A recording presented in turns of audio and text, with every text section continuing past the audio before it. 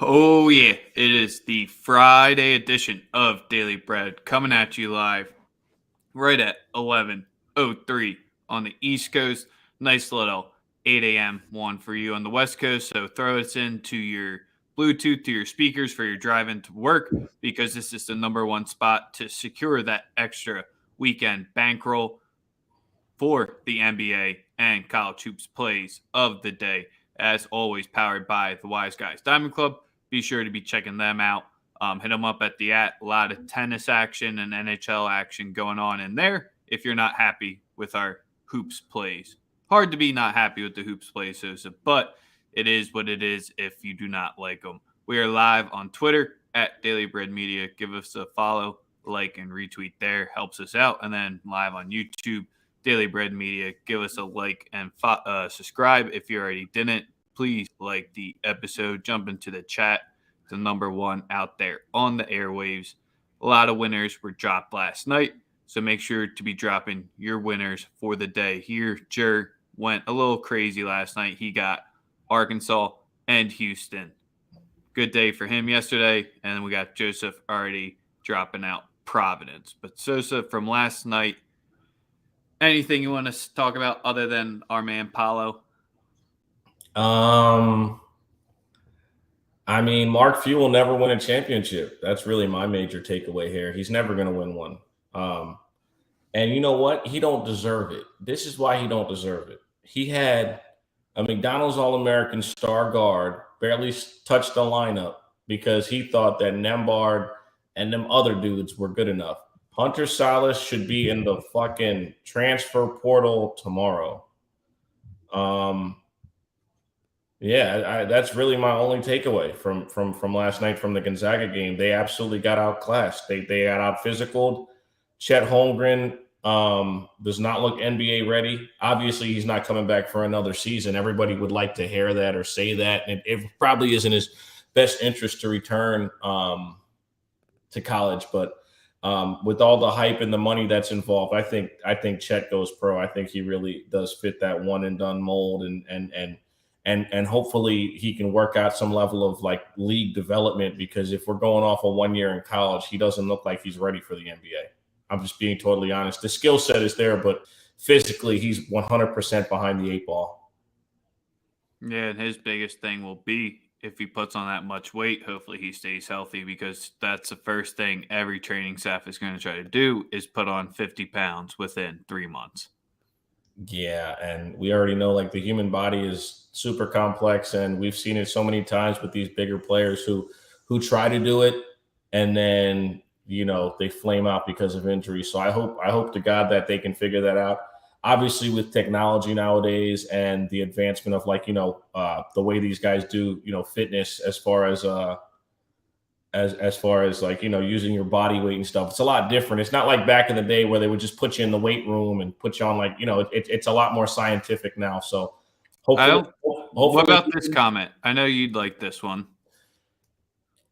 Yeah, well, I'm Rihanna's baby's father. Like, see how I just lied? Well, no, I'm just saying style play wise, where he can stay the skinny, and because you see him more as a guard in the NBA, so that's kind of just where KD is one of one. I love Chet. I'm a fan of the guy. He's got the skill set, and maybe his skill set wasn't able to be fully featured at Gonzaga in one season, and we'll see a completely different case when he gets to the league around players that fit his skill set, right? Because that's how it works. I mean, it's the same way we can say for Paolo, right? One could say that Paolo wasn't in the best situation to basically, to really highlight his skill set. He had to play more in a team fixture at Duke, and he didn't really get the chance to play like the game that you would play in the pros.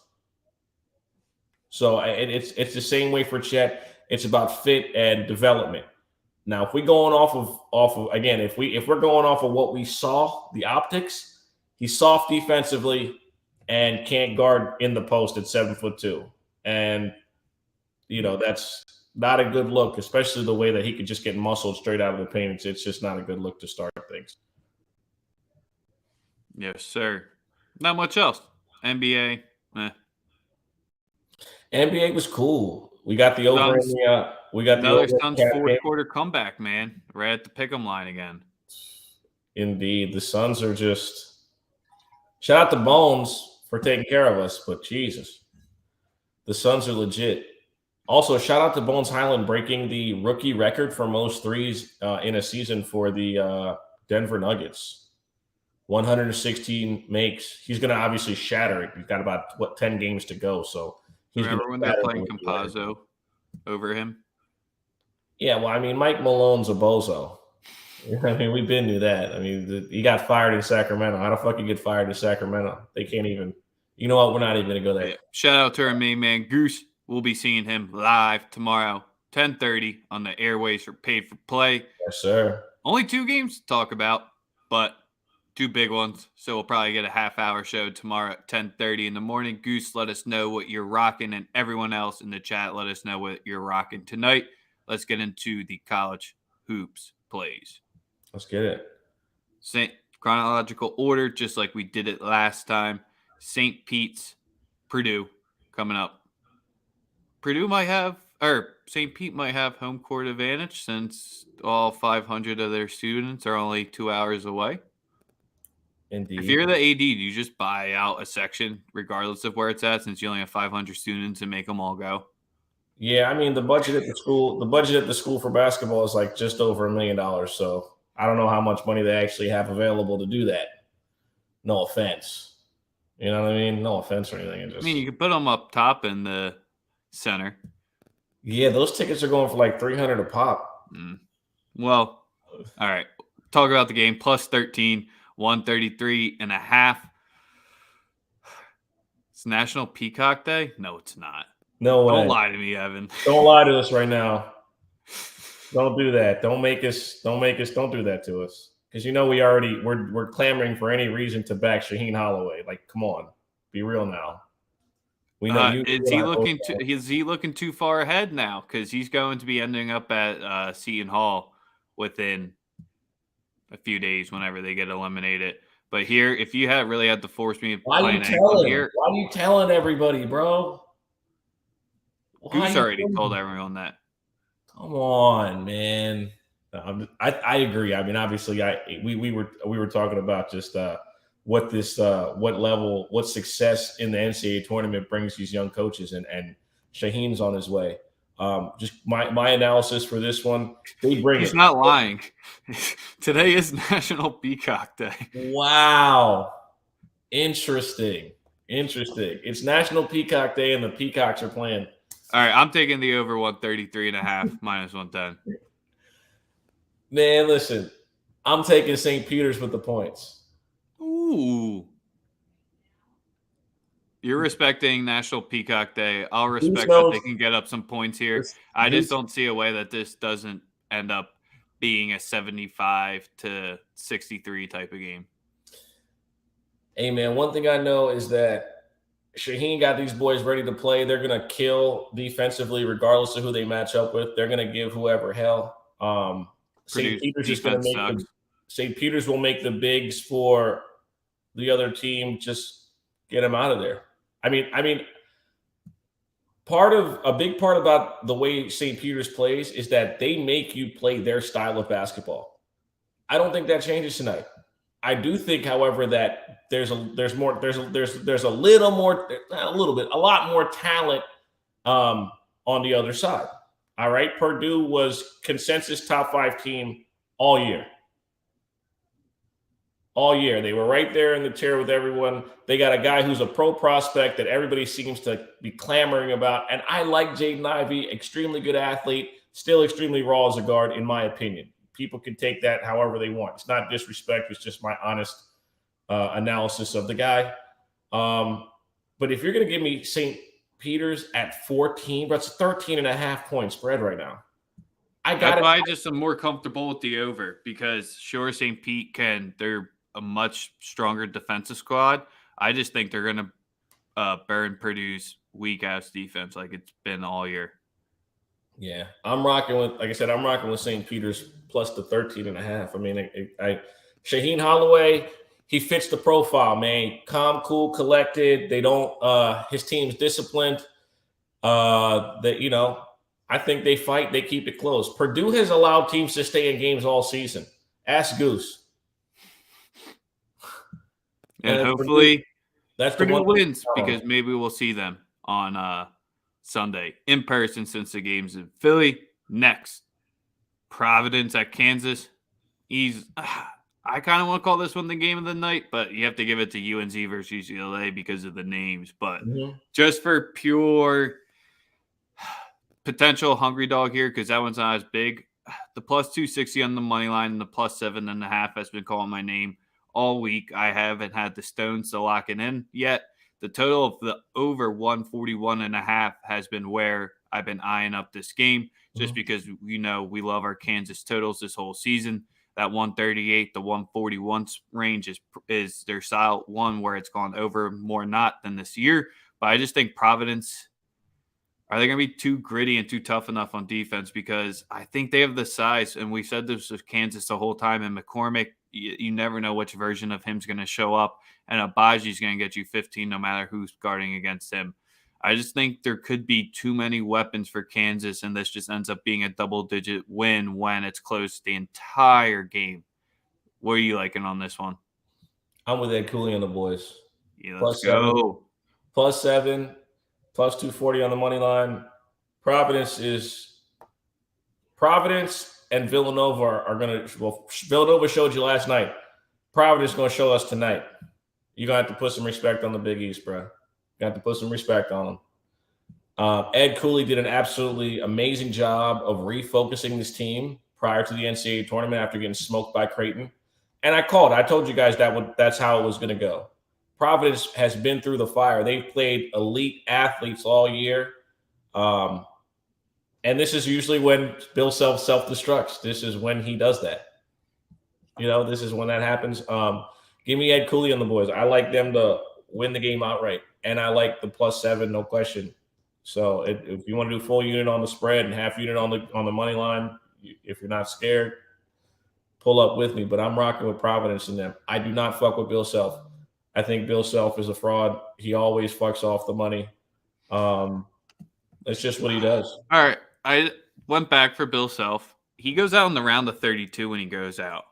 Past that, he makes it to the Elite Eight or the Final Four.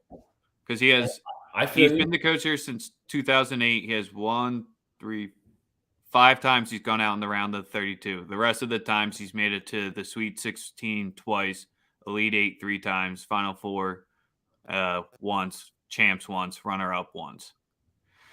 I don't know, man. I'll be rocking with you, obviously, because we're rocking the Friars here at the 7.5. It's just too tough, and you're not going to be laying the 7.5 number because you're going to get that through foul time if it is, because that's the only way I see this going over that number. I just think this number should be lined at like 145 for the total here. So I'm rocking another over, starting the show off with 2 overs, 141.5 minus 110. I wonder what kicks Ed Cooley's going to rock tonight. You think he'll rock the Concords? I don't know. You're the shoe. Maybe some 4s. I don't know. He'll be swagged out, though. Make college coaches wear suits again. That's where I'm at with things. Jay Wright does. UCLA, UNC. Let's talk about that last. Let's talk about the game that's definitely going under. Iowa State, Miami. Yeah, let's talk about that one first. I think it's both teams. I think it's an ugly game, bro. I think this game goes first team to 50 wins it. That's my lean. I think it goes under, and I think it goes comfortably under. I got Iowa State money line at +140. Okay, I wasn't expecting that, but I'm with you on that. I'm with you. It's a pure reason for this one is I'm rocking with at this point, I just have to take the better defensive squad here. And we've known how this Miami team functions. They play that 5-out offense, and Iowa State is actually going to match up decently well with it here. And they do have the bodies with the size that can extend on the perimeter here. So that's where I have to rock. I mean, you could take the +3 if you want to. I just think Iowa State does have the defense. Sure, it's overrated by metrics, but I do rank them at the top 25, and someone is bound to burn this Miami's defense. There's just been missed shots after missed shots that were open from deep against this team. That's how Miami has gone through the first 2 games. Sure, better coaching as well is definitely on Miami's side as well. So that's where one angle I do not like going against is the better coach here because, yeah, we'll see. This Iowa State, TJ Olsenberg, we thought they were paper tigers after being 2-22 last year. No one thought they'd be in the Sweet 16 at this point. Maybe they got the Oregon State running them, but I'm going to take the hungry dog here at plus 140 on the money line. Yes, sir. All right, UCLA, UNC. Well, I would give you some objective thoughts, but it's UNC or nothing for me.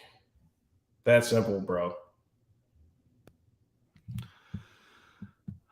Am I stubborn enough to rock UCLA again or not? Man, you want to go head to head? I'm more than welcome. No.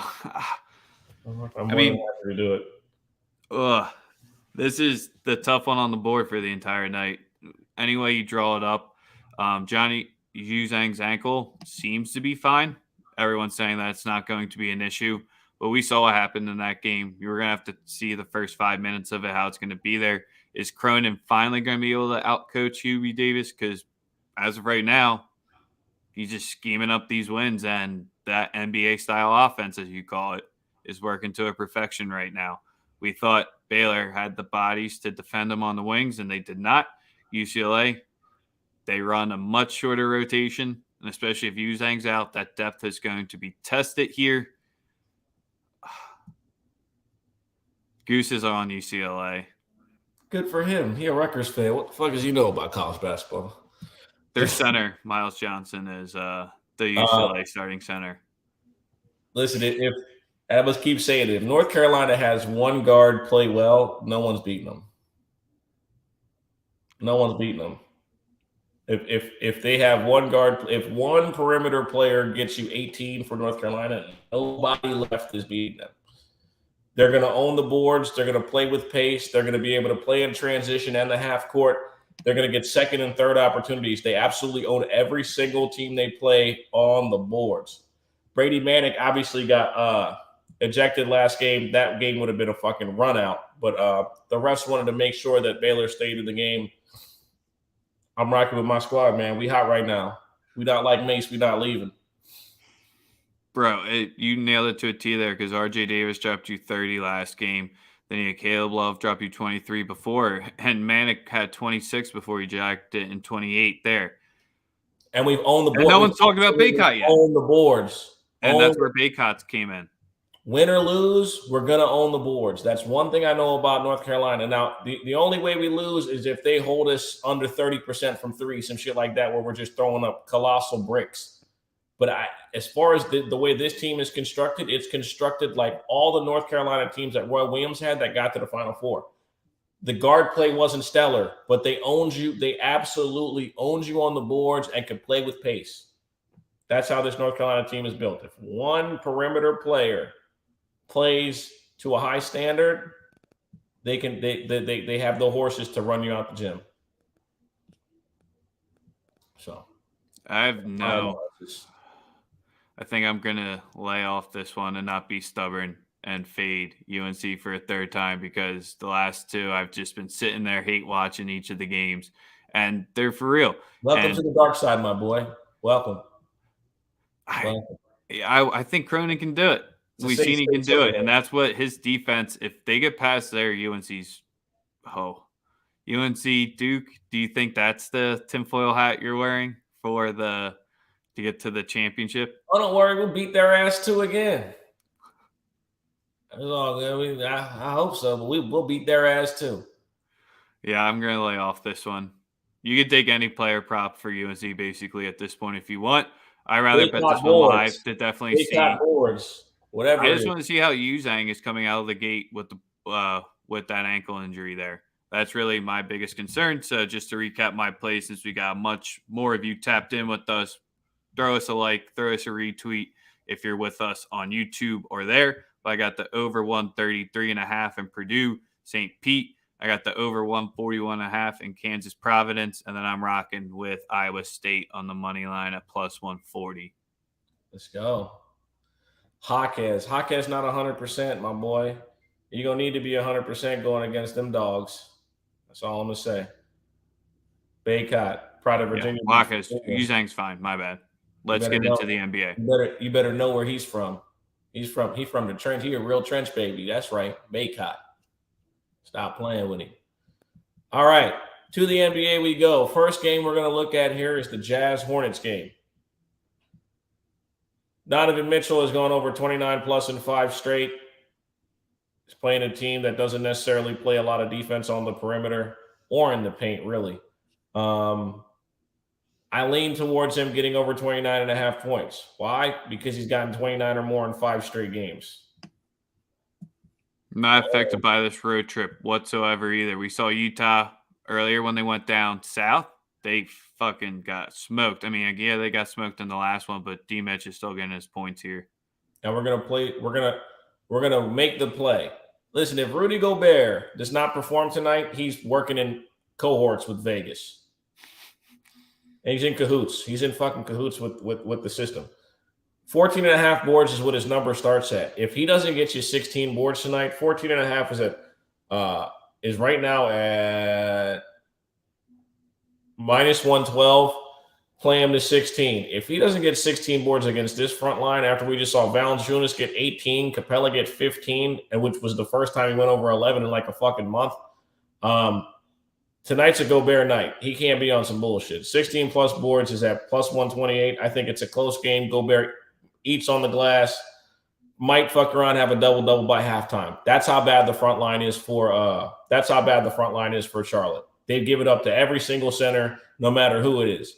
And usually a dude coming off the bench is getting 9 boards. It don't matter. Whoever plays the center for the other team is going to get 10 boards, 9 boards, easy, no matter who. Second play that I really love is in the Golden State Atlanta Hawks game. And we're rocking with Trae Young on a Friday night. Trae Young over 27.5, minus 104. I think they come out pissed off. I think he comes out pissed off. And I like Trae to go crazy tonight. And not only that, they need him to. The Atlanta Hawks will go as far as Trae Young will take them. Be totally honest. They're coming off a 20-point loss to the Detroit Pistons. They don't come out here tonight with a Steph Curry-less Golden State team and play exceptional. We got a problem. What Warrior squad's going to show up? Because you had them throw up the dud against the Magic, maybe against the no-name team, you really don't care, and then against the Heat, oh shit, they ran them out without Steph. So you saw the two different dynamics of with them. Miami's trying to lose on purpose, though. People don't want to admit it, and all that bullshit that you see. What really happened the other night is Jimmy and Spo were in on it. Haslam ain't no. Haslam they're not trying to win because they're pussy. They don't want to see the Nets first round. That's what people are not saying. Like, this is the problem now with the plan. The plan gives the teams that are at the top the opportunity to pick and choose and manipulate who they don't want to see in the first round. And don't nobody want to see the Nets in the first round. None. I don't believe for a second that they legitimately tried the last 2 games. I think Miami is seeing where the Heat are, or they're seeing where the Nets are, and I don't think they want any chance of matching up with them in the first round. That's how I personally believe. Like, people can believe bullshit if they want. Like, Miami don't want to see them in the first round. Why? Because Miami struggles against teams with real star power. Those are the teams that beat them. System teams that got like 3-4 guys, those are teams they beat. You know what I'm saying? Like, teams that have to play team basketball, those are the teams that the Heat beat. Superstars be clapping them. All right, let's get through the rest of the plays. We're about to run almost close to a half hour for the show. Do we like Poole's points? I mean, it's the target angle for the fade the Hawks guards who they're going defensively, so I can't argue against it. 24.5 just seems a little too much. I can't argue with either him or Clay, but again, we don't know what team we're going to see show up tonight. There's a lot going on tonight that in regards to action where you can't even get lines right now. One play that I love tonight though is James Harden over 21.5. He had 24 the other night. I think that every game he plays at this point is basically just practice. It's just him fine-tuning whatever it is that he does for the playoffs. The Sixers are on this road trip, and I think that we're trying to get out of here with 4 wins, head back to the crib, win 2 to 3 more games, and just sit Joel for the rest. I think everyone talking about Jokic MVP, and this is what I'm going to end my basketball conversation on today. Everyone talking about MVP. Jokic, he did it without Murray. He did it without MPJ. Well, last time I checked, the Sixers had a fucking all-star that quit on him before the season even started. So they didn't get no warning that he wasn't going to play. Everybody knew Jamal Murray wasn't going to play. Everybody. He fucking blew his knee out. Nobody knew before preseason that Ben Simmons wasn't going to play. Joel has done the same thing he's done last year and then some, playing 7 less games than Jokic. He's a top 3 seed, been a top 3 seed all year, with or without Harden. And Jokic's team is 1 game out of the fucking play-in. Stop talking to me about who's the MVP. You fucking stat nerds have destroyed every fucking thing that's good in sports. Don't fuck this up for me, please. All right. You good? But yeah, I mean, the fucking stat nerds, man. Like, get the fuck out of here. It's not even a discussion. One guy's team's been top 3. He's been the best player in the conference all fucking year, and you're telling me about some passing that gets a team to the fucking 7th seed. Get the fuck out of here. Yeah, that's where I'm at. There's so many lines not available for tonight, man. I really think I want to get a line on D'Angelo Russell's assist. I think that hits. I was about to say, I kind of like the over here because we hit on the under in the Mavs, Minnesota when it was in Dallas. I think it flips the script, and I think we see a high pace here, but I just can't lock in on the Mavs over confidently, even though the T-Wolves love their overs, especially when it's hanging right around that 230 mark. Miami, just like Dan, I don't know if he's rocking with the Heat culture tonight. I want to lay the big number there. The Knicks are rolling a little too hot right now. I think it might come to a crashing burn with the Miami flu. They flew in yesterday, right? Or did they come in today? That's key. They didn't play last night. I know that. So, yeah, if they were in there last night, I kind of like it. Maybe that's why I went from 5.5 to 7 right away. Yeah. I ain't betting on Houston versus Portland. Best of luck if you are Houston's favorites in Portland. That's funny. Oh, Lord. The Bulls are trash, though, Mr. Heat. Like, they fucking stink. They don't beat anybody good. The Bulls do stink. And that's going to wrap us up for today. Top 4 seed if Zion plays all year. That's my hot take. Hey, USA drew Mexico last night. Huge result. Italy's not going to the World Cup. I don't feel bad. Sorry, bro. I'm sorry. Hey, the USA will. So I only have to root for them this time. But daily paid for play live at you tomorrow, 10:30 a.m. Same YouTube channel, different Twitter link. Make sure to be following us at Paid for Play on Twitter as well. Our social media guy, Sam Murphy's been killing it on there. So make sure to be following at Dumb Brain Picks. He'll be live with us. Sosa will be there. Spin will be there. Our main man, Goose, will be there. Let's have a good night. See you all tomorrow.